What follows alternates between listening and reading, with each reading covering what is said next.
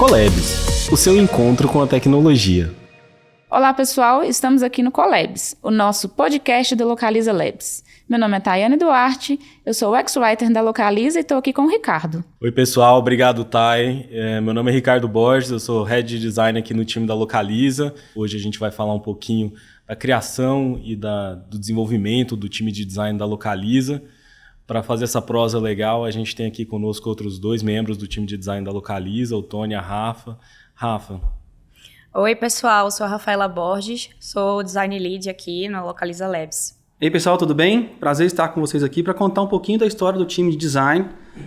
Eu sou Design Manager aqui do time, já estou aqui na Localiza há cerca de 2 anos e meio e é um prazer estar com vocês para a gente contar essa história aqui. Bom, acho que para a gente começar, a gente vai ter que voltar lá para 2019, né, Tony? E falar um pouquinho sobre como que foi o início dessa jornada, qual que era o primeiro desafio, o motivo que a gente resolveu começar a trabalhar o design aqui dentro da Localiza. Eu acho que isso conversa muito com a sua chegada aqui, né? Inclusive antes da minha. Então conta pra gente, qual foi o primeiro desafio? Boa, Rick, obrigado. Tudo começou ali nos meados do segundo semestre de 2019, realmente, quando eu cheguei aqui na Localiza. E o importante dizer aqui que, mesmo naquele período, a Localiza já contava com designers trabalhando, entretanto, cada um no seu time de desenvolvimento, né, próximo às pessoas desenvolvedoras e de produto, mas não existia, né, uma cultura de design naquela época. E o trabalho que nós fizemos naquele momento foi de entender qual era o contexto, né, para saber como design poderia rodar, né, dentro da companhia como um todo. Me lembro muito bem que, inclusive, cheguei a colocar, né, a mão na massa para poder rodar descobertas, rodar dinâmicas, junto com os profissionais que contavam, que já tinham aqui na Localiza. Todos eles terceiros, né, que foram ótimos parceiros, contribuíram muito para a cultura das pessoas aqui da Localiza, para já entender, e a gente não começou o design do zero ali, na verdade. Então, dali para frente, aí sim a gente começou a entender qual poderia ser as estratégias, né, qual poderia ser as nossas ações, iniciativas, para que a gente espalhasse a cultura de design, de experiência do usuário na Localiza como um todo. Isso é muito bacana, né? Eu acho que se a gente parar para olhar, isso conversa com toda a narrativa de transformação digital pela qual a Localiza passou. A gente teve aí no episódio número 1 no Collabs, o Elmer e o Bruno conversando um pouco sobre isso, e foi nesse momento, né? Essa efervescência aconteceu aí no final de 2019, onde a gente começou a mobilizar todas as diferentes competências, os times lá de engenharia, de produto, de agilidade, ciência de dados, para unificar esforços em torno de cada um desses temas e conseguir fazer esse desenvolvimento, né? Já existiam as sementes em diferentes lugares, a gente começou esse desenvolvimento. E pensando aí, né, você falou, poxa, já tinha algumas pessoas aqui dentro, entendo que você também trouxe algumas outras pessoas de fora para jogar com a gente. Então conta, qual foi assim, os primeiros 2, 3 passos? O que foram as coisas que você fez ou que você pensou para mobilizar o time, para começar a desenvolver a competência? Bom, antes de tudo, vale citar, Rick, Rafa e Thay, que naquele primeiro momento a nossa alta administração nos deu carta branca para poder entender qual era o contexto, né? Então, uma das primeiras iniciativas que nós tivemos naquela época, né, as pessoas que estavam ali tentando fazer design funcionar, foi ir para dentro dos times, né? Ir para dentro dos times, das squads que até então existiam, né? Então, tive a possibilidade de colocar a mão na massa, de fazer entrevista, de conversar com POs no dia a dia, de fazer entrevista com usuários, para entender como que a coisa funcionava aqui. E eu tive a possibilidade também de passear por algumas tribos, por algumas squads, para ver os diferentes contextos. Logo na sequência, já de posse de algumas primeiras ações, né, me lembro que nós nos juntamos, Rick, para traçar as primeiras estratégias, né? Então, a gente começou a entender qual era a estrutura que o time poderia ter, que combinasse, que encaixasse, né, com o Labs como um todo, de acordo com os times da transformação digital que estavam surgindo aqui naquela época ali, dentro do Localiza Labs como um todo, entendeu? Bacana, bacana. Bom, acho que uma das primeiras pessoas a se juntar ao nosso time aqui foi a Rafa. Então, Rafa, vou pedir para você contar para a gente como é que foi essa experiência de entrar dentro do time da Localiza, de design da Localiza, lá naquele momento. E aí, para contextualizar para vocês, um dos grandes desafios que a gente enfrentou enquanto liderança desse time foi convencer as pessoas do sonho que a gente queria sonhar. De que a gente conseguiria transformar uma empresa de 50 anos de experiência, uma gigante em excelência operacional, numa empresa onde o design também tinha penetração, onde o design também conseguiria contribuir na criação do futuro dessa mobilidade sustentável. Então, como que a gente convence pessoas que, de repente, né, estão no ambiente de startup ou estão em empresas que são nascidas digitais a vir para cá? Então, queria falar com a Rafa. Rafa, conta pra gente, como foi vir? Gente, eu lembro como se fosse hoje, né, minhas primeiras conversas com o Tony e com o Rica. Eu venho, né, de um passado aí de consultoria como UX designer, tenho uma boa bagagem aí como designer e participando de vários processos. Mas, assim, nunca eu tinha conseguido, de fato, participar de um projeto, de um produto de ponta a ponta. Então, era uma coisa, assim, que faltava na minha carreira. E aí, conversando com o Rick e com o Tony, os nossos primeiros papos, eu percebi uma grande oportunidade ali de entrar realmente nesse mundo, assim, né, de produto. E a Localiza, pelo fato de estar em transformação digital, eu agarrei, assim, essa oportunidade, né, de fato, assim mesmo, e pensei isso, não, é minha chance ali de participar, de fato, de construir ali o futuro da mobilidade e, assim, entrar de cabeça, fazer todo aquele processo de um designer de produto almeja, que é participar de descobertas, rodar a facilitação e entrevistas e todos os processos, né, realmente que um designer de produto, ele se propõe. E aí foi isso, assim, eu também vim de um contexto de que eu acredito que eu fui a primeira designer do time a vir de fora, né, teve todo aquele lance, né, de, vai ser home office, não vai, a gente não tinha essa definição ainda. Então, isso também foi um desafio para mim, né? Logo para aceitar esse desafio de vir para a Localiza. E eu topei, eu quero isso, eu vou fazer parte disso como designer de produto. Estou aqui há 2 anos e meio já e recentemente tive uma mudança, assim, de carreira que está sendo super desafiador e mais uma oportunidade incrível. E eu pretendo doar meu máximo aqui e estar aqui com um time maravilhoso, a liderança da gente aqui, de realmente transformar esse time como o melhor time da América Latina, assim. A gente tem esse desafio, eu acho que é difícil, mas a gente quer. Então, estou super feliz por estar aqui. Rica, eu queria dar um passinho atrás num negócio num detalhe que a Rafa trouxe pra gente, que é bem importante. Me lembro que lá atrás a gente teve uma preocupação muito grande, né, sobre a diversidade que a gente queria trazer para o time, né? Então a gente apostou muito em pessoas em começo de carreira, em pessoas com bastante experiência, em consultoria, em produto, pessoas que fossem aqui de perto da gente, do Sudeste, pessoas do Nordeste, do Sul, pessoas de com diversas experiências em diversas áreas, né, em indústrias diferentes, para que a gente pudesse compor o time, né, e o time fosse multicultural, na verdade, né? Eu acho muito legal esse negócio que o Tony disse, porque isso é parte do DNA da Localiza, DNA do Labs, né? Então, não cabe no contexto aqui, mas eu sou um dos padrinhos do nosso programa de diversidade e eu acho que isso é muito do que acontece naturalmente aqui dentro. A gente quer pessoas as mais diferentes, a gente quer diferentes origens, diferentes experiências e a gente quer também trazer a oportunidade das pessoas se realizarem, né? Então, acho que vale até você contar, você também, Thais, sobre como que foi a sua chegada aqui no time de design, né? Você que não era uma pessoa designer naquele momento. Exatamente. Quando a Rafa fala, né, das conversas que ela teve com o Tony, com o Rick, eu lembro muito também que eu tive as mesmas conversas, né? Eu falo que eu não sou designer de formação, sou designer de coração. E eu tô na Localiza já tem 10 anos e boa parte da minha trajetória na empresa foi dentro da área de TI, lógico, mas numa área mais operacional. E eu sempre tive aquele desejo de ir para o design e vendo, né, as movimentações, o mercado, a transformação digital vindo.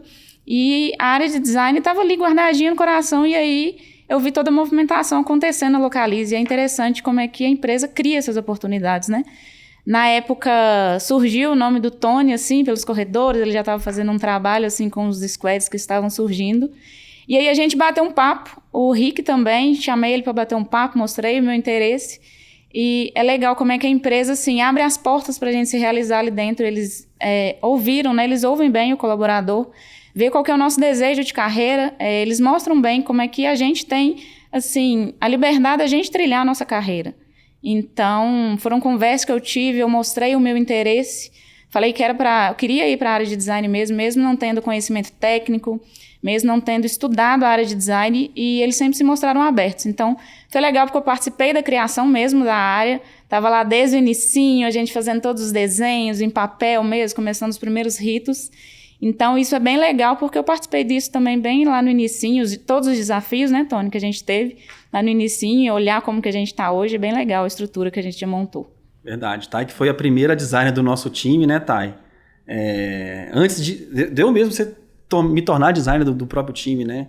Mas me lembra aquele papo que nós tivemos, né? E a gente fica bem feliz de saber que as pessoas conseguem se realizar de forma geral na Localiza, mas no nosso time também, né? Você trouxe o seu case, a Rafa também comentou o que aconteceu agora recentemente com ela, dentro do próprio time, e a gente fala isso com muito orgulho, sabe? De que as pessoas podem sim se realizar dentro do nosso time, né? Desde que estejam ali olhando, né, para os valores, para a cultura da Localiza como um farol, como um guia para a gente, no nosso trabalho técnico, no jeito de lidar com as pessoas, de conversar no dia a dia, qualquer que seja, sabe? Muito bom. E a gente falando, né, desses desafios, então, das primeiras pessoas a chegarem aqui com a Rafa, com a Thay, e de como que a gente conseguiria não só viver o nosso sonho, mas vender o nosso sonho, mas não foi só esses os desafios que a gente enfrentou, né? Acho que tem uma parte do desafio que foi super relevante aí nesses primeiros 6, 12 meses do time de design, que foi criar um pouco, né, lançar a semente dessa cultura de design aqui dentro. Em um determinado momento, a gente ainda era muito visto como um parceiro de execução, de produção de interface, e eu acho que até no trabalho do Localiza Meu, né, Rafa, teve uma jornada legal aí de se tornar um parceiro de criação, de ideação, o trabalho que você fez lá com a Aninha, com o Lau. Conta aí pra gente um pouquinho como é que foi isso, criar essa cultura dentro de uma tribo. Eu costumo dizer que o Localiza Meu foi, além de ser meu grande desafio de carreira, né, porque foi a primeira coisa que eu me deparei quando eu entrei aqui no Labs, foi, de fato, um presente para mim. Assim, foi um presente porque todo designer deseja atuar em um produto do zero, assim, de trabalhar desde o momento da concepção, de atuar em descobertas, de, assim, participar realmente de ponta a ponta, né, como eu falei anteriormente, de todo o processo. E o meu foi, assim, esse meu presente, né? Eu realmente quando eu entrei, meus primeiros 3 meses foram, de fato, para arrumar a casa para receber esse desafio, esse produto aí de carro por assinatura, que não tinha, na época, quando eu entrei, não tinha nem nome ainda, a gente estava meio que em paralelo fazendo essas definições ainda, né? E a gente, teve a oportunidade de trabalhar até na parte de concepção de fato, de identidade visual, né? A gente montou ali uma biblioteca de ilustrações. Em paralelo a isso, a gente juntava todo o time, né? A tribo toda para fazer definições, mapeamento. O Tony participou na época comigo também. A gente meio que montou um time, meio que força-tarefa, né?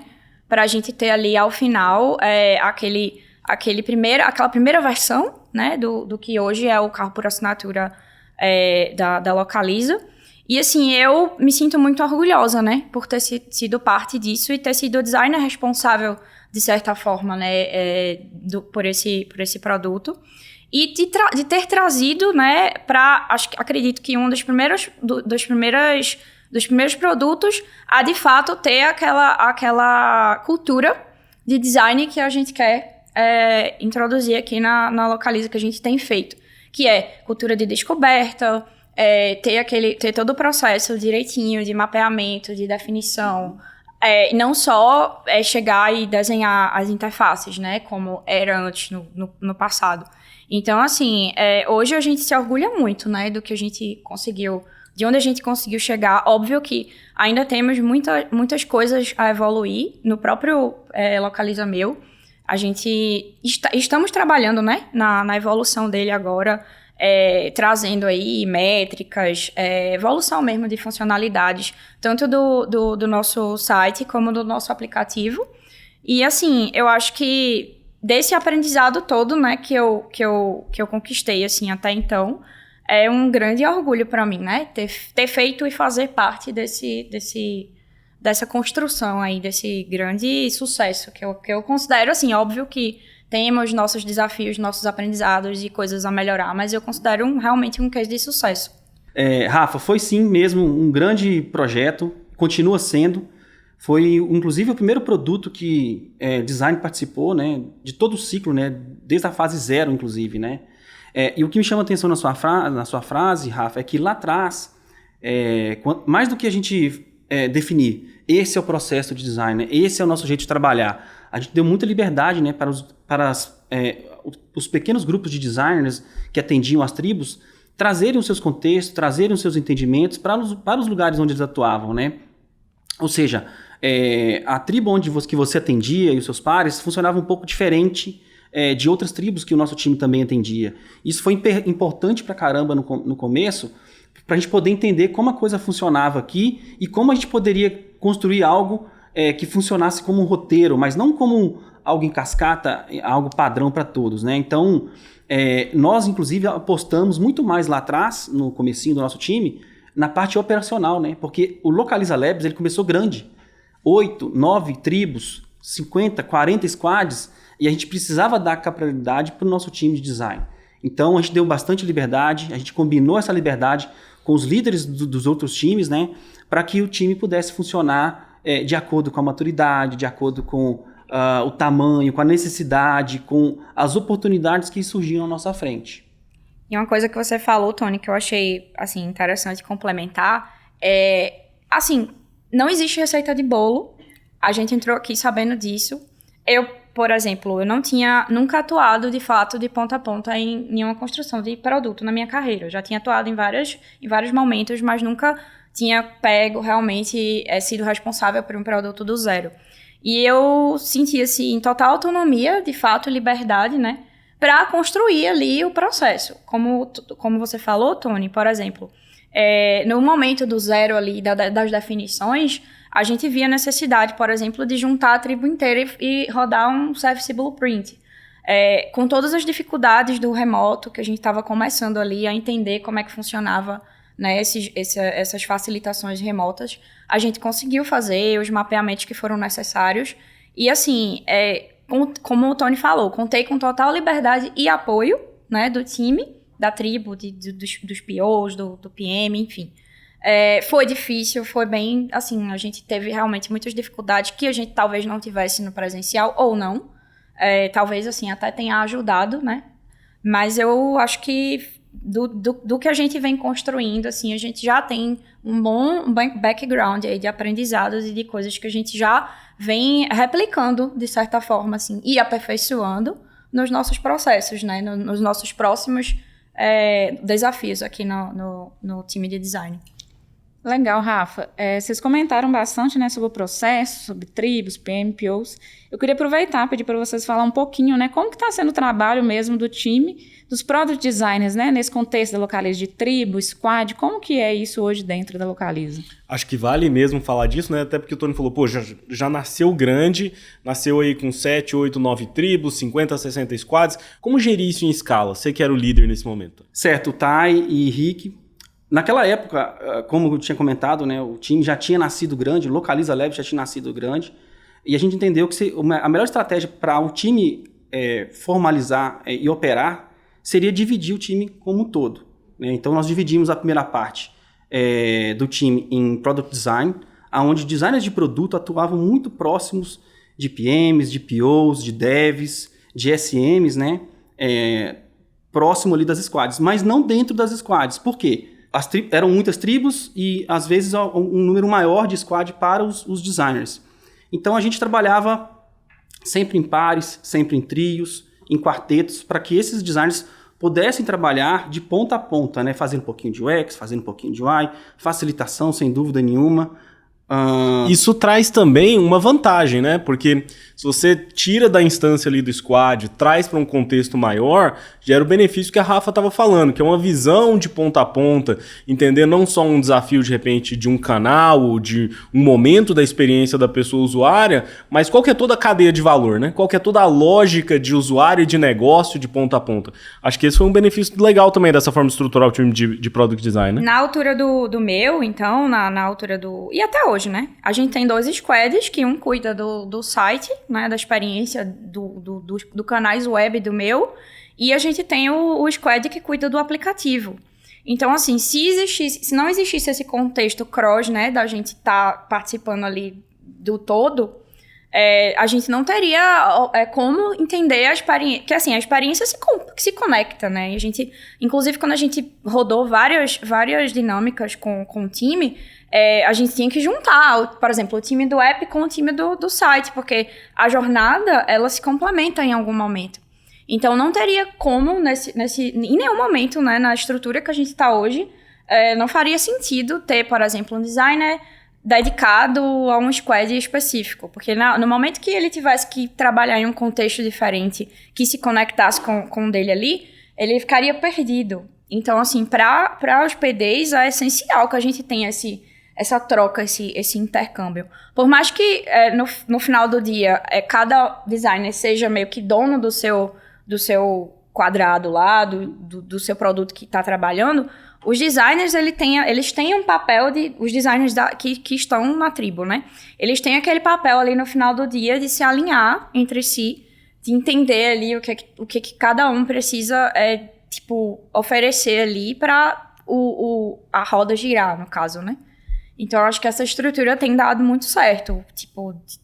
Realmente, não teria como a gente ter, por exemplo, um designer dedicado ali para cada squad. Hoje não faz sentido. Boa, Rafa. A gente escolheu esse modelo porque é um modelo evolutivo, né? As pessoas podem trabalhar em pares, em trios, em quartetos, para que pudessem evoluir, né? Pesquisas, descobertas, criação de interfaces de um modo mais colaborativo também, né? Nós também temos uma outra parte do time, né? A parte que a gente chama de Product Design, onde nós temos designers especialistas com o objetivo de não só ajudar nas pesquisas mais complexas, na parte de conteúdo, comunicação com o usuário, e na parte de design system como um todo, mas também zelar por esses padrões, né? Criar esses padrões e manter esses padrões para que designers de produto, né, inseridos dentro das squads pudessem utilizar, né, ser ágeis na hora de trabalhar com esses contextos. E também prestar esse conhecimento para outros profissionais do próprio Labs, né, POs, devs e assim por diante. E ainda tem um pouquinho um cenário diferente que é o chatbot, né? Que tá dentro ali da disciplina de writing, mas é um pouco diferente porque a gente tem squads em cada tribo que cuida de chatbot, que é um cenário que hoje eu estou inserida.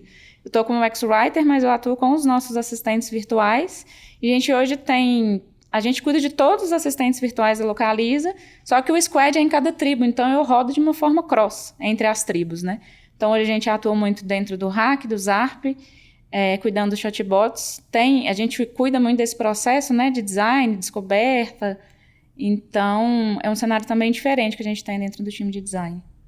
Legal isso, né? Porque a gente não é casado com um modelo, com um processo, com um axioma. A gente é comprometido com um resultado e, como o time de agilidade que costuma dizer, a gente também é comprometido com a mudança, né? Então, toda vez que a gente perceber que precisamos fazer um resultado diferente, precisamos entregar num contexto diferente, a gente vai, muda e se adequa. Então, acho que isso faz muito sentido. E se a gente está pensando, né, nessas mudanças, nessas adequações, eu acho que vale a gente contar um pouquinho de como que o time opera hoje. Quais são os ritos, os processos, como que a gente coordena, né, essas 30 e poucas pessoas que hoje fazem parte tanto do nosso time de Product Design quanto do nosso time de Design Especialistas. Então, assim, vai lá, Tony, qual que você acha que é um rito que você gosta, que adiciona valor, que realmente é um diferencial do nosso time aqui? Bom, sou fã das one-on-ones, né, são os ritos entre líderes e liderados, mas eu queria destacar aqui nesse momento as nossas syncs, né, que são os nossos encontros semanais, onde, além de passar alguns recados paroquiais, administrativos para o time, né, fazer a comunicação, é bem importante porque a gente consegue compartilhar as boas iniciativas que são feitas, né, cada designer, né, nas suas tribos e nas suas squads, né, e ali é um momento de aprendizado, né, de compartilhamento do time, né. Além da Sync, Tony, eu acho interessante a gente falar de um rito recente, né, que até ele surgiu por uma necessidade mesmo, como a gente vem falando aqui, que não existe receita de bolo. A gente introduziu as design plannings agora no nosso cenário, no nosso contexto de planejamento. que é justamente um momento ali onde nós designers, nós PDs, a gente tem a oportunidade ali de fato, falar sobre as demandas de design, né, específico, porque na PI a gente tem um trabalho mais consultivo, a gente fica ali mais, né, só observando, entrando ali num contexto e outro. Mas nas nossas planes a gente tem tido, assim, a oportunidade de realmente entrar no contexto de design ali, ainda que nada, assim, muito demorado, bem objetivo, mas de planejar, de fato, ali nossas sprints com mais precisão, assim, calcular melhor, né, o que a gente está planejando ali para estar fazendo, assim, como time, né, no caso, no contexto de cada tribo, a gente consegue ter ali uma visão, uma visibilidade mais assertiva do que a gente vai tocar ali na sprint atual e até nas próximas sprints a gente já consegue ter essa visão. E, assim, se for necessário negociar prazo, isso tem sido bastante efetivo, assim, no nosso dia a dia, introduzir esse rito de design planning.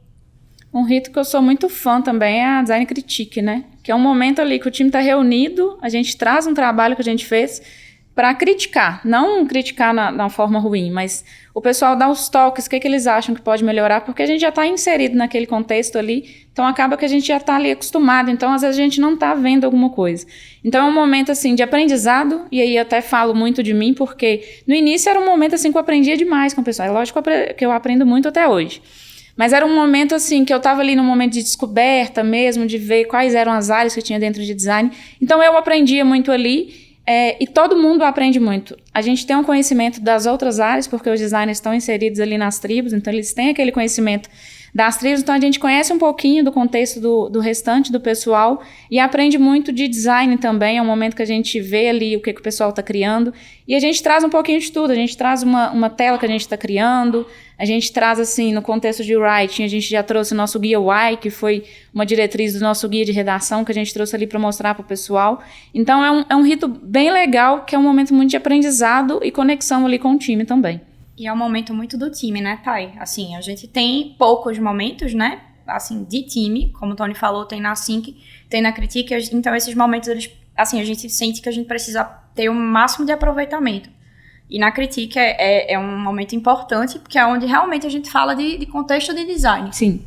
Né? Então, esse é o nosso rito mais técnico, né? Isso. A gente tem vários ritos para vários tipos de alinhamento, mas esse a gente coloca o nosso trabalho à prova, né?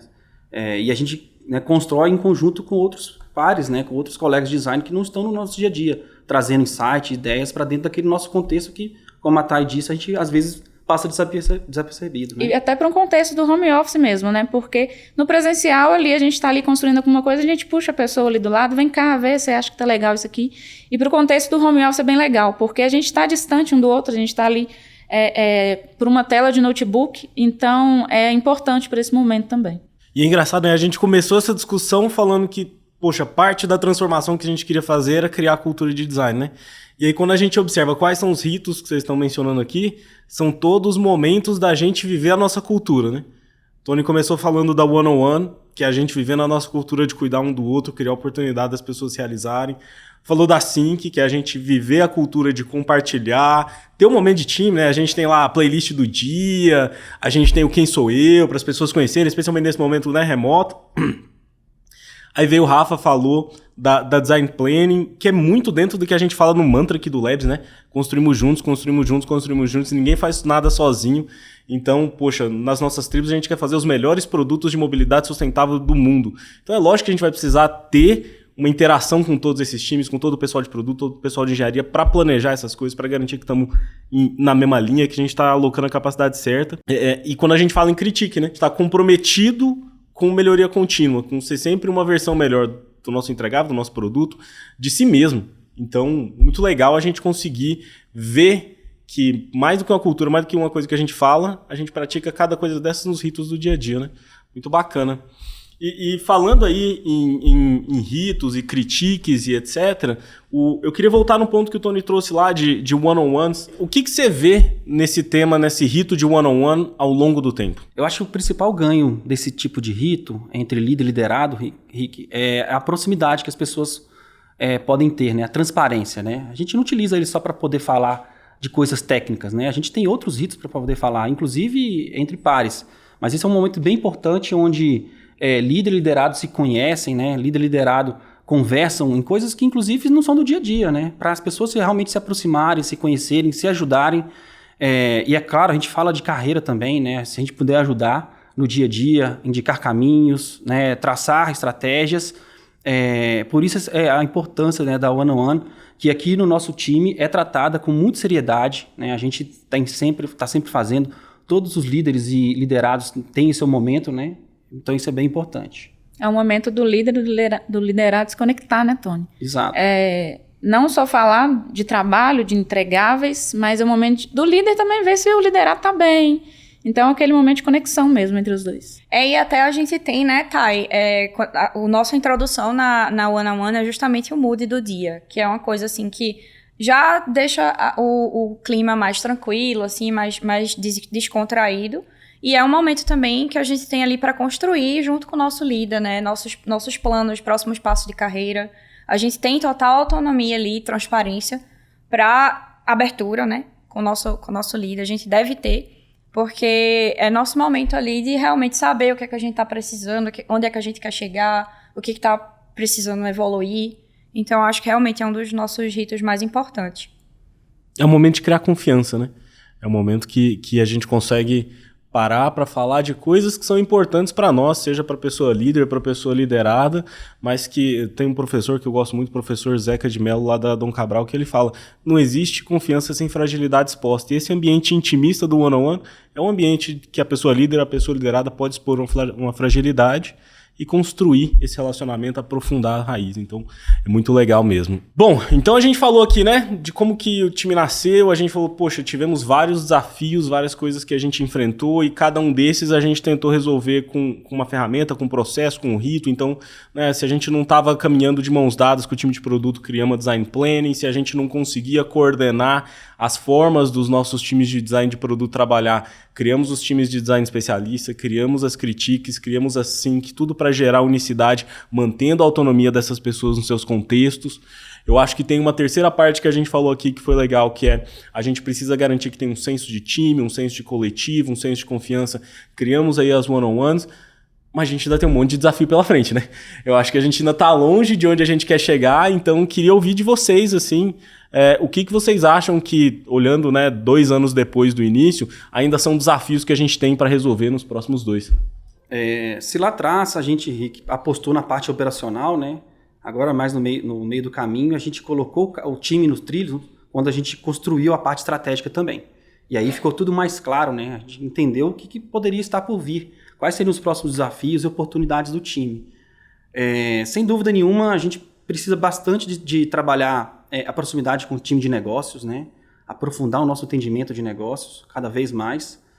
A gente vem fazendo isso com maestria, mas a gente pode sim dar um passo a mais nesse sentido. A gente precisa de voltar a falar com os nossos usuários, nossos clientes, né? Ir até a ponta, a agência, né? Aproveitar essa parte. Apostar sem dúvida nenhuma no design system também, né? Que oriente todo o ecossistema da Localiza, não só o global, mas também pensar nas particularidades, nas individualidades de cada unidade de negócio. Inclusive, Tony, o assunto design system, assim, é um assunto que vem sendo falado, né? Não só pelo time de design, assim, um dos nossos temas mais falados, nas nossas critiques, nos nossos ritos do time, mas também dentro do contexto de tribo. Porque, por exemplo, eu tô na GF, né? Tô na gestão de frotas, e assim, lá nós temos 3 produtos GF e tem Localiza Meu, então assim, é um contexto muito grande, né, como você falou, e a gente tem que trabalhar bem essa questão aí de padronização, de componentização, para otimizar, né, não só o nosso trabalho, como o trabalho dos devs também, dos desenvolvedores, que assim, já vem de um tempo aí, de uma grande necessidade da gente puxar esse tema aí. A gente agora tem um apoio do pessoal de Ops, a gente está realmente trabalhando em cima disso. Acho que é um grande desafio aí para esse ano, essa transformação dessa parte aí de Design System. E além do Design System, a gente tem os nossos guias também, né? Que ajudam muito a gente, direciona a gente bastante no nosso trabalho. Tem o Guia Y, né, que a gente está lançando agora, que é o nosso... O que é o Guia Y, Otay? Então, o Guia Y, ele é nosso guia de redação, né, dentro de writing ali, o time de writing, a gente está construindo ele. E assim, o Y não é assim o Y do mineiro, mas é uma sigla que ele é universal, ele é acessível e ele é inclusivo. Então, o Guia Y é do nosso time para todo mundo. Então, é um guia que a gente está criando para todo mundo da Localiza, que a gente vai ter direcionadores lá dentro dele mesmo, né? Então, a gente vai falar um pouquinho sobre diversidade, a gente vai trazer um pouquinho do tom e voz de cada produto. Então, é um guia que está ali mesmo para apoiar a gente na hora da criação de algum produto. Então, vão ter várias sessões lá dentro, igual a gente tem recentemente uma sessão de chatbot, que a gente tem que saber como criar um fluxo conversacional, como é que vai ser o diálogo ali do nosso bot com o nosso cliente. Então, a gente tem esse guia para ajudar a gente, direcionar a gente mesmo na hora do nosso trabalho. Então, a gente tem os guias também, além do Design System. A Rafa comentou, né, de padrões, a Thay trouxe pra gente os guias, né? Outro tema que a gente vai apostar muito nesse próximo ciclo, embora a gente já fazia, mas a gente quer investir bastante agora, é na parte de métricas e indicadores, né? A gente quer olhar para esses dados, né, para que a gente também não seja só receptivo. Através dos dados, a gente possa também oferecer o nosso trabalho para o Labs e para a Localiza como um todo. Legal quando você fala desse último tema, né, de métricas e indicadores, porque isso se separa em vários mundos. E nem todos eles são necessariamente tão atraentes ou tão glamurosos, né? Tem uma parte que é muito legal, de métricas de conversão, métricas de usabilidade, mas quando a gente está pensando na gestão de uma competência em escala e como se tornar uma referência de design de forma ampla, a gente tem que pensar num nível maior. A gente tem que pensar também em métricas de qualidade, de produtividade. E aí eu acho que é legal o trabalho que a gente tem tentado fazer, que é começar a se orientar lá pelo NN Group, né? Que lá eles têm todo o índice de maturidade em design, e esse índice de maturidade, a escala lá de 6 passos, ela destaca pra gente a relevância de ter métricas e que como essa evolução de métricas, tanto de design quanto de qualidade, quanto de processo, elas levam o time a ser percebido como mais maduro, mais eficiente e mais autônomo, inclusive, né? Então, estamos nessa jornada e vamos conseguir chegar muito longe ainda, vai ser bacana. Isso ficou claro pra gente, né, Rick? Quando ali atrás a gente entendeu que precisava de dar uns passos à frente, né, em relação à maturidade, né? Era um time que já trabalhava a parte tática muito bem, fazia a parte operacional sem dúvida nenhuma também, funcionando em colaboração com o Labs como um todo, mas a gente precisava entender aonde a gente estava e aonde a gente queria ir. Então, esse índice de maturidade, né, esse alcance é bem importante a gente buscá-lo aí nesse próximo ciclo de trabalho, sem dúvida nenhuma. Como diz o nosso CEO, Bruno Lasansky, fazer uma transformação, fazer uma mudança é dar um passo na direção certa a cada dia. Então, acho que muito do que a gente conversou aqui hoje, do que a gente discutiu é quais foram os passos que a gente deu na direção que a gente julga certa nos últimos 2 anos. A gente acabou não contando alguns passos que a gente deu na direção errada, mas também é parte do processo de aprendizado. E eu acho que todos esses desafios são os combustíveis que vão nos levar a nos tornar versões melhores de nós mesmos e fazer esse time chegar no nível de maturidade e competência que a gente quer chegar. Então, obrigado a todo mundo que nos acompanhou até aqui, foi um prazer. Thay, queria agradecer você, Rafa, Tony, deixar vocês fazerem suas mensagens. Muito bom, obrigado Rick, obrigado Thay, valeu Rafa pela parceria mais uma vez aqui também, né? Não só no dia a dia, mas no nosso papo. Foi rico essa conversa que nós tivemos aqui. Estamos só no começo da caminhada e vamos lá. Valeu. Gente, obrigada pela participação. Adorei o papo, super descontraído. É isso. Até a próxima. E é isso aí, pessoal. Obrigada, né? Espero que vocês tenham curtido o nosso papo aqui e continuem acompanhando o Collabs.